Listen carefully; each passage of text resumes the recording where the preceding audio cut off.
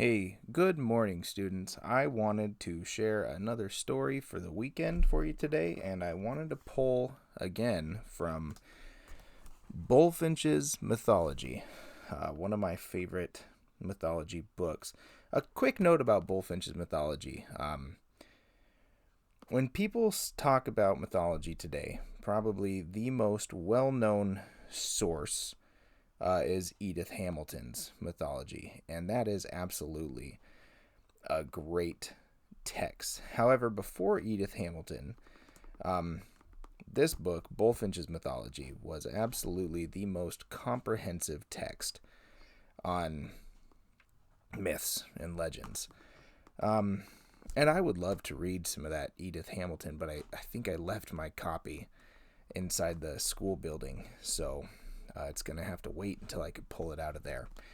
Anyways, without further ado, from Bullfinch's Mythology today, I'm going to be reading The Lady of Shalott from Chapter 10. This is a King Arthur legend, so I think it originates from the British areas.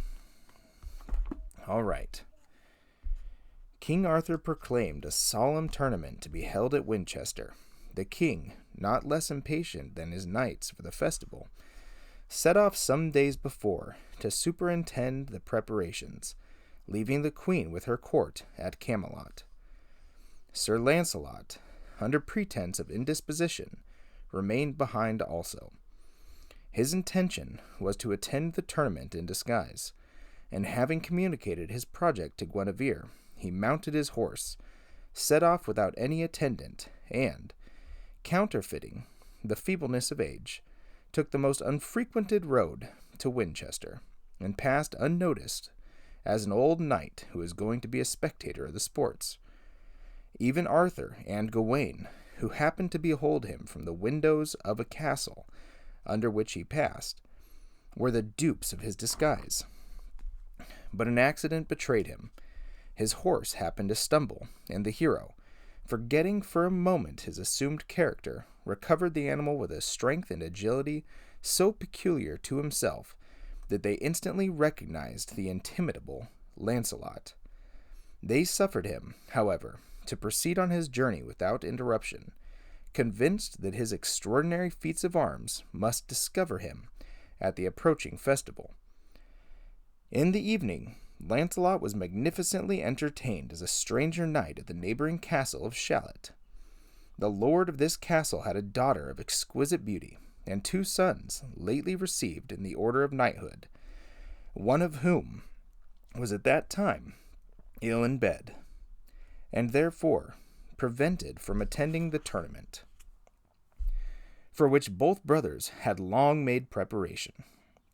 Lancelot offered to attend the other, if he were permitted to borrow the armor of the invalid, and the Lord of Shalott, without knowing the name of his guest, being satisfied from his appearance that his son could not have a better assistant in arms, most thankfully accepted the offer. In the meantime, the young lady, who had been much struck by the first appearance of the stranger knight, continued to survey him with increased attention, and before the conclusion of supper became so deeply enamored of him that after frequent changes of color and other symptoms which Sir Lancelot could not possibly mistake, she was obliged to retire to her chamber and seek relief in tears. Sir Lancelot hastened to convey to her, by means of her brother, the information that his heart was already disposed of, but that it would be his pride and pleasure to act as her knight at the approaching tournament. The lady, obliged to be satisfied with that courtesy, presented him her scarf to be worn at the tournament. Lancelot set off in the morning with the young knight, who, on their approaching Winchester, carried him to the castle of a lady, sister to the Lord of Shalott, by whom they were hospitably entertained. The next day they put on their armor, which was perfectly plain, and without any device, as was usual to youths during the first year of knighthood. Their shields, being only painted red, as some color was necessary to enable them to be recognized by their attendants. Lancelot wore on his crest the scarf of the Maid of Shalott, and thus equipped, proceeded to the tournament, where the knights were divided into 2 companies, the one commanded by Sir Galahad, the other by King Arthur.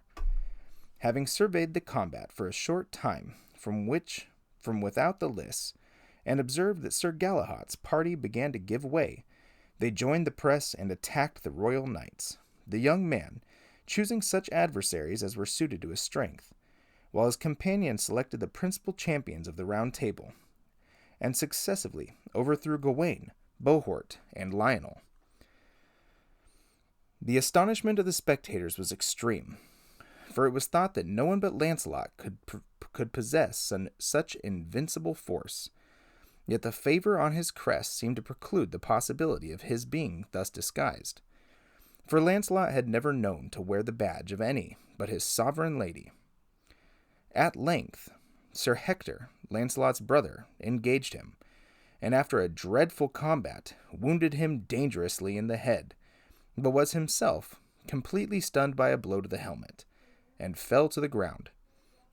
After which, the conqueror rode off at full speed, attended by his companion.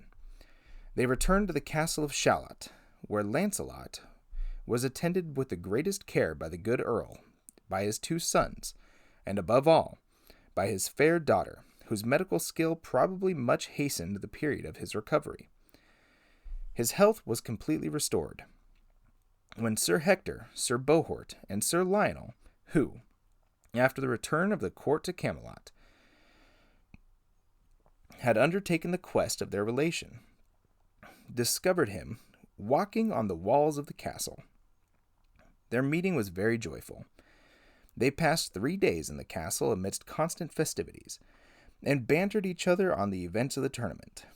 Lancelot, though he began by vowing vengeance against the author of his wound, yet ended by declaring that he felt rewarded for the pain by the pride he took in witnessing his brother's extraordinary prowess. He then dismissed with a message to the queen, promising to follow immediately, it being necessary that he should first take a formal leave of his kind hosts, as well as of the fair maid of Shalott. The young lady, after vainly attempting to detain him by her tears and solicitations, saw him depart without leaving her any ground for hope. It was early summer when the tournament took place, but some months had passed since Lancelot's departure, and winter was now near at hand. The health and strength of the Lady of Shalott had gradually sunk, and he felt that she could not live apart from the object of her affections. She left the castle, and descending to the river's brink, placed herself in a boat, which she loosened from its moorings, and suffered to bear her down the current towards Camelot. One morning, as Arthur and Sir Lionel looked from the window of the tower, the walls of which were washed by a river, they described a boat, richly ornamented, and covered with an awning of cloth and gold, which appeared to be floating down the stream without any human guidance. It struck the shore while they watched it, and they hastened down to examine it. Beneath the awning, they discovered the dead body of a beautiful woman, in whose features Sir Lionel easily recognized as the lovely Maid of Shalott.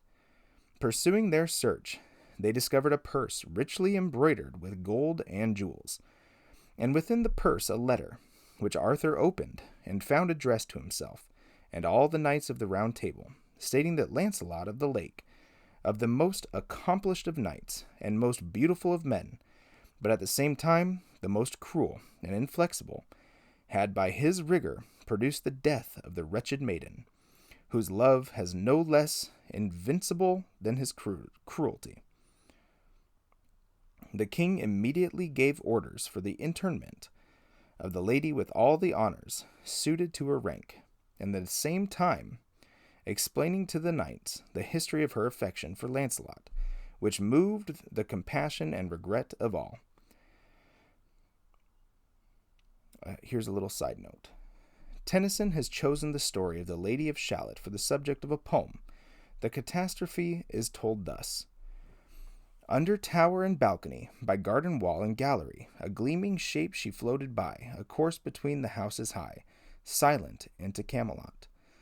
Out upon the wharfs they came, knight and burgher, lord and dame, and round the prow they read her name, the Lady of Shalott.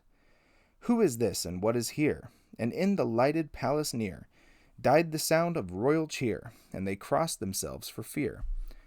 All the knights of Camelot, but Lancelot mused a little space. He said, "She has a lovely face. God in his mercy lend her grace, the Lady of Shalott." All right. So I have never actually read that story before. If I have, it was long ago and I don't remember it. So here's what I think is very interesting about that. We look towards modern fantasy. Lord of the Rings, Game of Thrones is a big one. And we think about how rich these characters are and how they're written with complexity. But I really see an origin to that in this story, in that Lancelot absolutely had a responsibility to his lady to not accept the advances of the Maid of Shalott. However, he still had to be courteous, and throughout that story, he's walking a tightrope between his honor and his chivalry. And it ended with some pretty severe consequences, in that the Lady of Shalott, who was so enamored with Sir Lancelot, more or less ended up dying of a broken heart, regardless of how well Sir Lancelot tried to balance it. What doesn't get extrapolated on too much is Sir Lancelot's, how he deals with it internally. And that is definitely where modern fantasy stories do excel. I'm thinking a lot about Jaime Lannister in the Game of Thrones series and how he balances honor, duty, his knightly vows. And I can really see where a lot of those modern characters draw inspiration from these older stories from the age of chivalry. Anyways, that's what I got for you today. I thought that was a really fun one. I really do like the whole fantasy genre, and especially the fables and stories that they come from. All right, students, I'm going to sign off. Stay happy, stay healthy, and stay in the pursuit of knowledge. I'll see you later. Bye-bye.